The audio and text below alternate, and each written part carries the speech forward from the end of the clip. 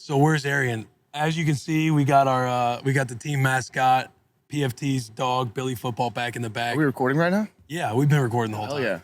Yeah. I love it. We were supposed to get potentially Arian Foster on it, but he made a very clutch decision by saying, I'm planning on being hungover, while also giving us hope that he could come on. But at the same time, if I'm not on the pod, it's all good because I already told you I'm planning on the hangover. Yeah. So he is he's indisposed right now. He's on campus for the first time at Tennessee since he graduated, I think. Or really? Since he left school, yeah. So he's meeting up with all his friends, all his old coaches and stuff. And he's being pulled in a lot of different directions. And last night we got to do a drunk late night podcast for the first time with him. On macrodosing? On macrodosing. So it was really fun. We went out to a Waffle House.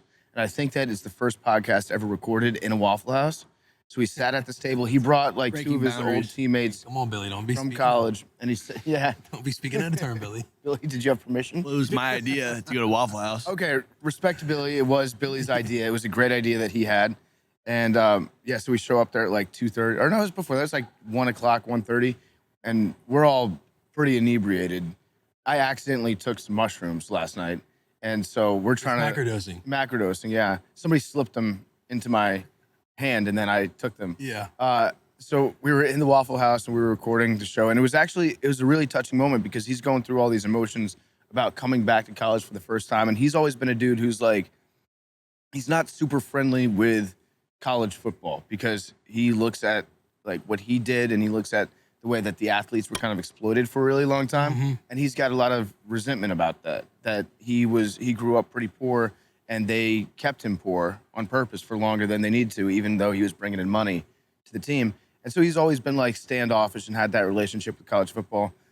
But being back here and seeing like some of his old coaches, his old teammates and connecting with the fans, he's really like grown to appreciate college football and the entire environment around him. And he was getting emotional and like crying a little bit last night. It was a beautiful thing. And then also on the pod. Yeah. Then we got Big T, who's like the opposite of Arian in terms of he is like a college football nut. He's insane about college football.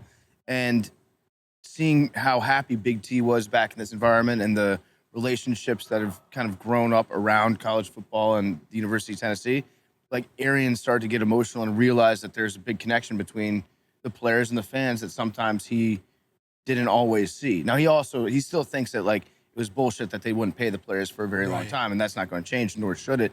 In terms of like him not liking that, but getting to see him and Big T become close, like bros, it was really cool. And this all happened in a Waffle House at 1:30 a.m. last night. And then afterwards, he was so pumped up. He was like, I think I want to do that podcast with Will tomorrow. And I was like, okay, all right. He's like, I'm going to be up early. Just let me know. I was like, okay, we can make it happen. And then he's off doing something else. But